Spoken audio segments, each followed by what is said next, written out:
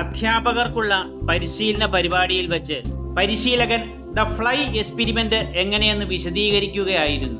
ഒരു ഗ്ലാസ് ബോട്ടിലിനുള്ളിൽ ഒരു ഈച്ചയെ കടത്തിവിട്ട് ട്രാൻസ്പെറന്റ് ആയിട്ടുള്ള ഒരു ഗ്ലാസ് കൊണ്ട് അത് മൂടണമെന്നും ശേഷം ഈച്ച പല പ്രാവശ്യം പുറത്തേക്ക് പോകാൻ ശ്രമിക്കുമ്പോൾ മുകളിലെ ഗ്ലാസ് അടപ്പിൽ തട്ടി പുറത്തു പോകാനാവാതെ താഴേക്ക് തന്നെ പതിക്കുമെന്നും ക്രമേണ അതിന്റെ മനസ്സിൽ ഇനി ഒരിക്കലും ഇതിനപ്പുറത്തേക്ക് പോകാനാവില്ല എന്ന ചിന്ത രൂപപ്പെടുമെന്നും പിന്നീട് ഗ്ലാസ് അടപ്പ് മാറ്റിയാലും ഈച്ച പുറത്തു പോകാൻ ശ്രമിക്കാറില്ല എന്നും ഈ അവസ്ഥയുടെ പേരാണ് ലേൺഡ് ഹെൽപ്ലെസ്നെസ് എന്ന മനഃശാസ്ത്ര അവസ്ഥയെന്നും പ്രൊഫസർ പറഞ്ഞപ്പോഴാണ് അയാളുടെ ചിന്ത തന്റെ ജീവിതത്തിന്റെ പിന്നാമ്പുറങ്ങളിലേക്ക് സഞ്ചരിക്കാൻ ഇടയായത്. സംഗീതത്തിൽ നിപുണയായ തന്റെ ഭാര്യയുടെ കഴിവുകളെ താൻ വിമർശനങ്ങളുടെ അതിർവരമ്പുകൾ കൊണ്ട് ബന്ധിപ്പിച്ചതിനാൽ ആണ് അവളുടെ പാടാനുള്ള കഴിവ് ഇല്ലാതായി പോയതെന്നുമുള്ള ചിന്ത അയാളുടെ മനസ്സിനെ വേട്ടയാടി. വിവാഹത്തിന് മുമ്പ് അവൾ ധാരാളം സംഗീത പരിപാടികൾ അവതരിപ്പിക്കുകയും പുരസ്കാരങ്ങൾ നേടുകയും ചെയ്തിട്ടുണ്ട്.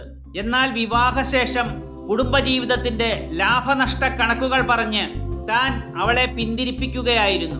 തന്റെ നിരന്തര വിമർശനങ്ങൾ മൂലം ആത്മവിശ്വാസം നഷ്ടപ്പെട്ട് അവൾ തന്റെ സർഗാത്മക കഴിവുകൾ എന്നേക്കുമായി ഉപേക്ഷിച്ച് വിമർശനങ്ങളുടെ കണ്ണാടിക്കൂട്ടിൽ സ്വയം ഒളിക്കുകയായിരുന്നു. ഈ ചിന്ത അയാളുടെ മനസ്സിൽ തിരിച്ചറിവിന്റെ പ്രകമ്പനങ്ങൾ സൃഷ്ടിച്ചു. കുറ്റബോധത്താൽ വിളറിയ മുഖവുമായി അയാൾ അവളുടെ അരികിലെത്തി കൈകൾ ചേർത്തു പിടിച്ചു.